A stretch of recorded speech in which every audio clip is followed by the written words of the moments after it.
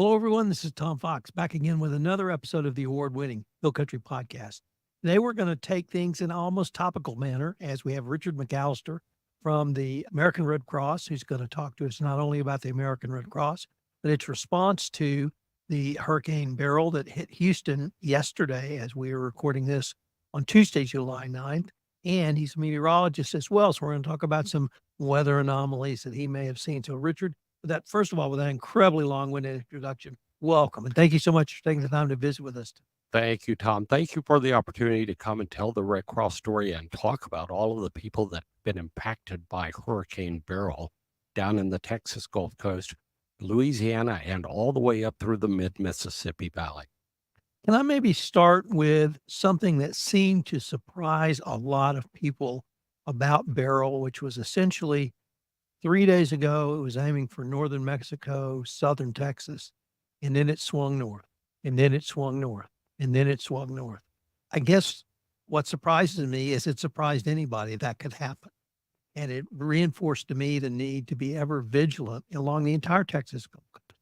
You know, the American Red Cross started preparing for Hurricane Beryl while it was still well out in the Atlantic Basin before it even crossed over the Windward Islands.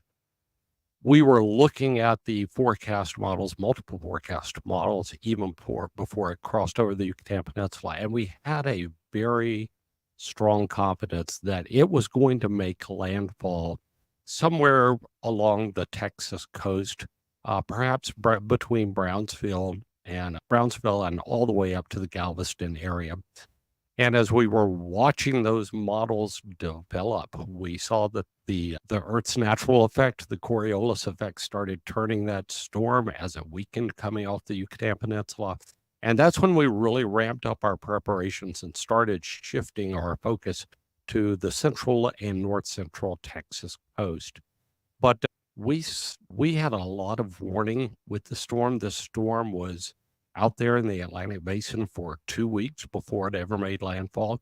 It gave people the opportunity to prepare.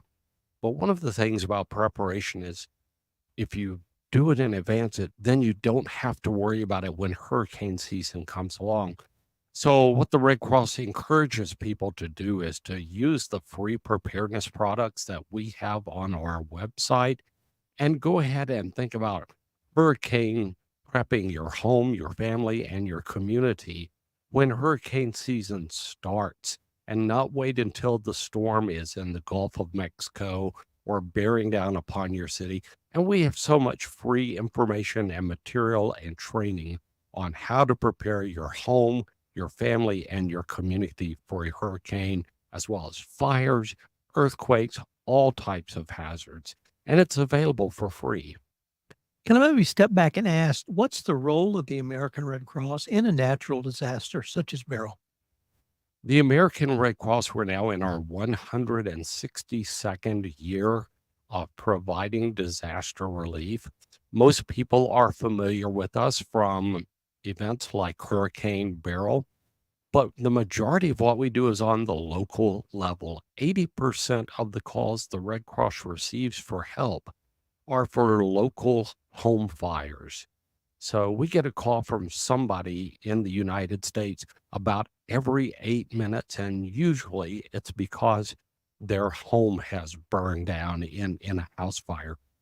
Regardless of whether your house blows away in a hurricane or burns up in a local fire, the mission of the Red Cross is to provide humanitarian service to the people that have been affected by that disaster, to make sure they have a safe place to stay, to make sure that they have food to eat, to help them begin that long road to recovery with some financial assistance, with counseling, with planners that will stay with them through the journey and really help them re-enter into a normal life balance.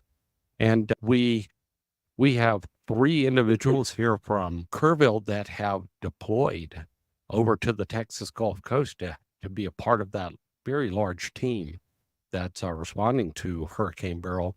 But the other story is that we have 18 volunteers that remain here in the Kerrville area to help people that lose their homes, to fire.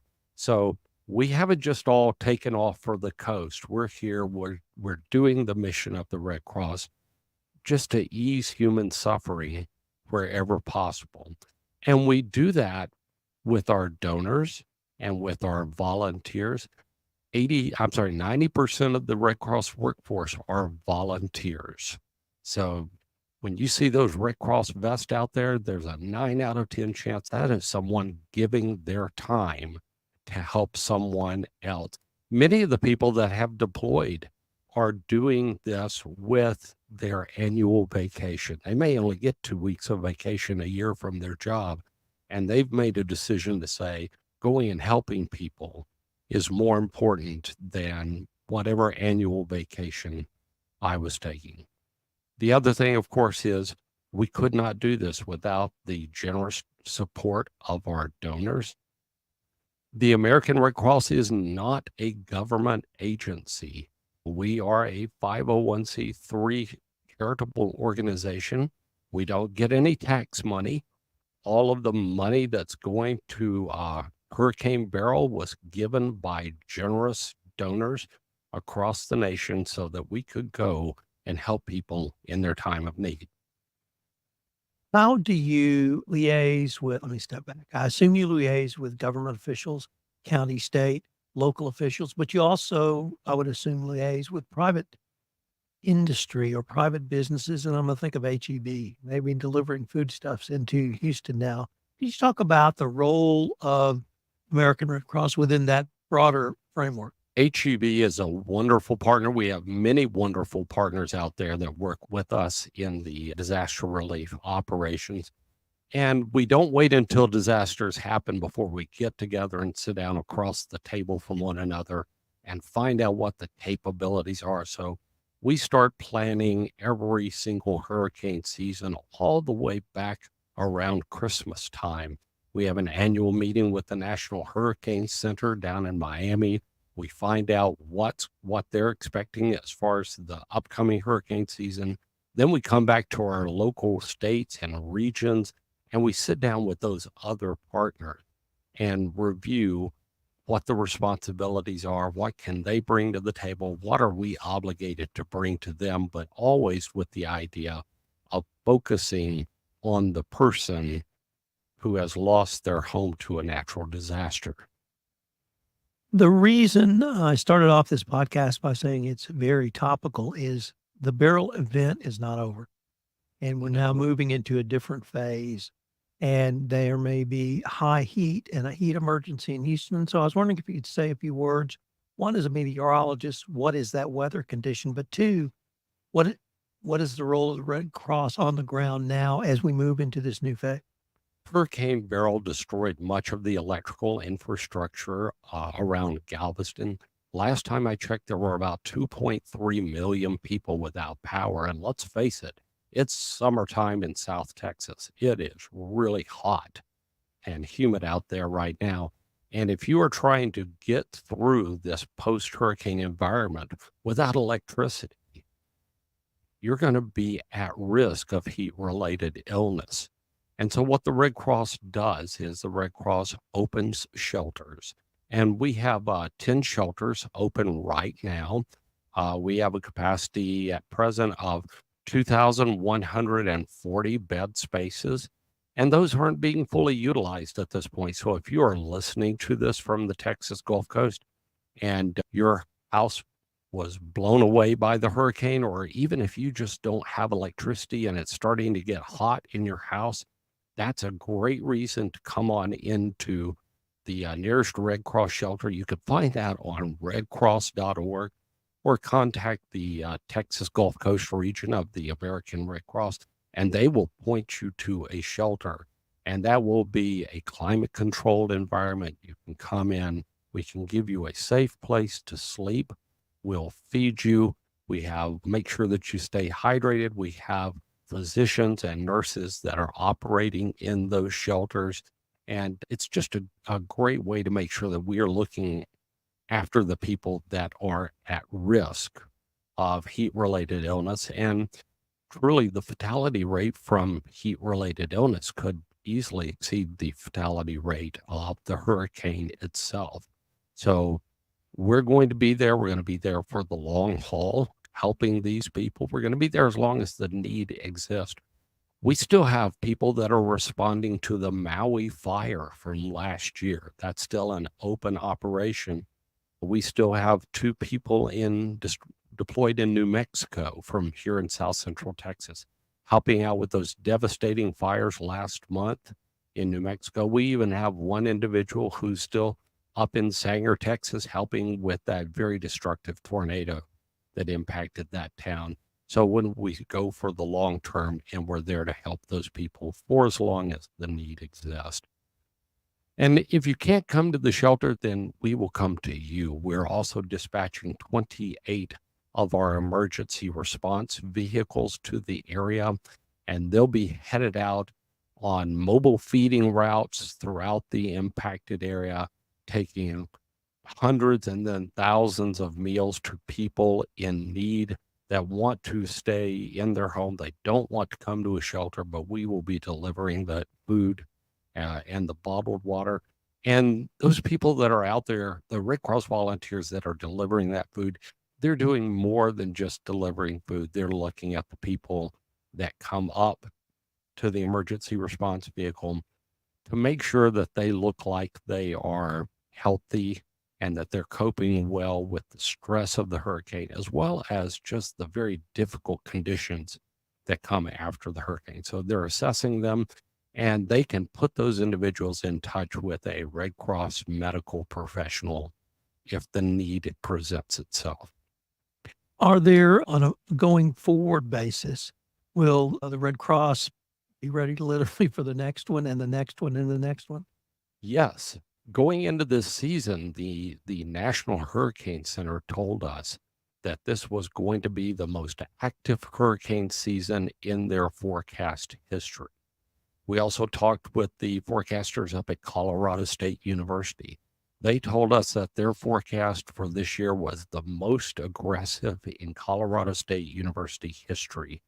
And just today, they released their update, and they've raised the number of storms that they are expecting this hurricane season. So you take the most aggressive forecast season in hurricane history and then just start adding on to it in terms of the number of hurricanes, the frequency of hurricanes, and the intensity of hurricanes. We're just on the B storm right now, and we've got the majority of the hurricane season ahead of us. But the answer to your question, yes, we're ready. We've got the volunteers and the resources in place.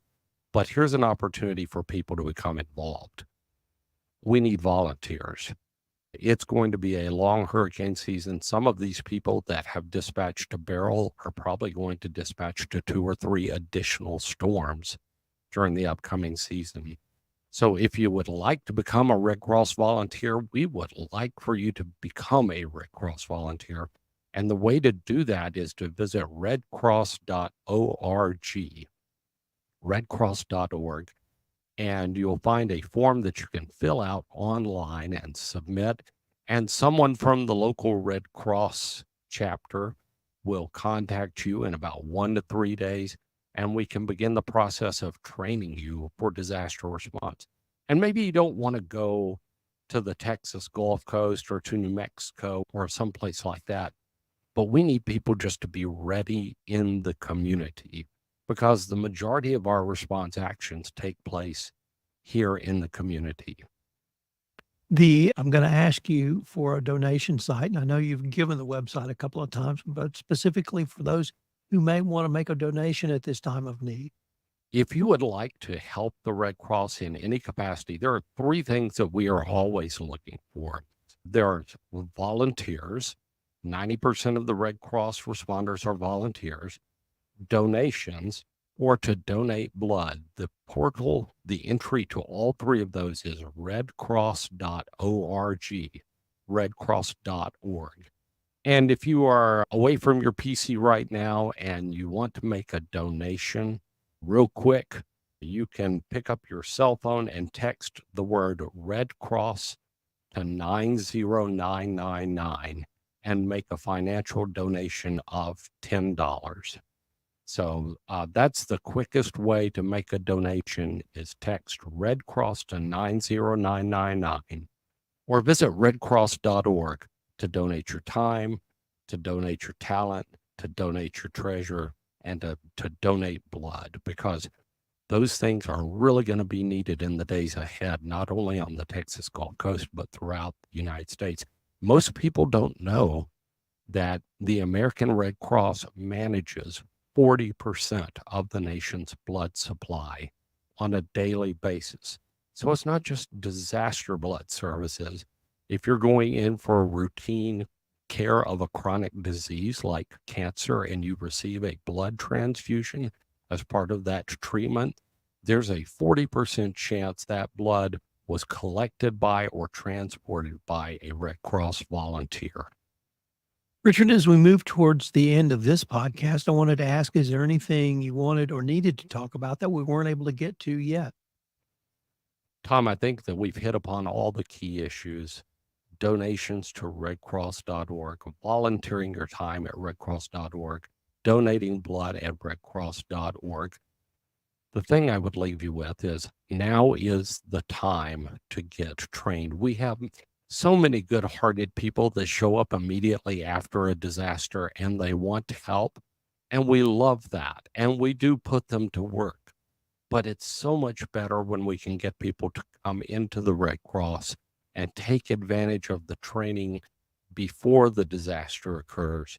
That way, when we need to utilize them to help people, they're already trained, skilled, and experienced, and they can make a greater impact for their community. So come into the local Red Cross office or visit redcross.org, and let's get you started. If nothing else, it will make you better prepared to take care of your home and your family yourself. Richard, I'd like to thank you for taking the time to visit with us. I want to thank you for representing the Red Cross in our community and thank the Red Cross for the work it's done. So a big heartfelt thank you. Thank you.